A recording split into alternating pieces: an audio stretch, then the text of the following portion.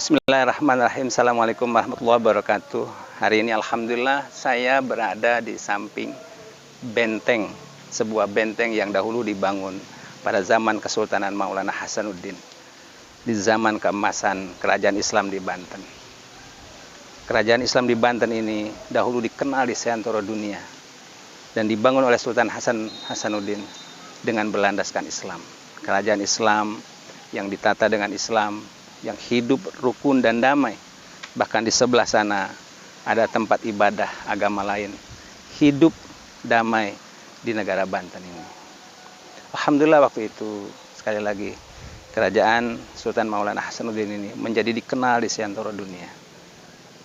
Mengingatkan kita kepada Rasulullah SAW ketika dulu membangun Makkatul Mukarramah, sebuah negeri yang dahulu dibangun oleh Nabi Ibrahim alaihissalam sebagai negeri yang mulia, tapi kemudian jatuh kepada titik terendah, sehingga kemudian disebut saat itu dengan zaman jahiliyah.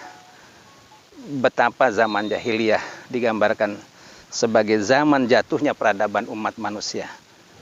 Bukan karena mereka tidak memiliki teknologi, bukan karena mereka tidak memiliki kemampuan berdagang, tapi karena akhlak mereka ada jatuh pada di lubang yang sangat rendah, sehingga nilai-nilai kemanusiaan hampir tidak ada lagi. Kemudian Rasulullah SAW diutus oleh Allah Subhanahu wa Ta'ala untuk menyempurnakan akhlak itu.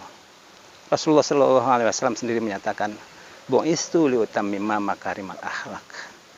Rasulullah membangun peradaban kembali yang sudah mulai usang dan hancur, yang membuat manusia ada pada titik terendah, dibangun oleh Rasulullah SAW menjadi titik yang mulia, itu dengan Islam. Kehadiran Islam dan Rasulullah sebagai rahmatan lil alamin yang membuat peradaban umat manusia di Mekah, di Madinah, umat Rasulullah menjadi umat yang mulia. Sekali lagi, dengan akhlak itulah kemudian lahirlah kebaikan-kebaikan. Kebaikan dalam diri, kebaikan dalam keluarga, kebaikan dalam masyarakat. Karena dengan akhlak itu akan lahir kebaikan.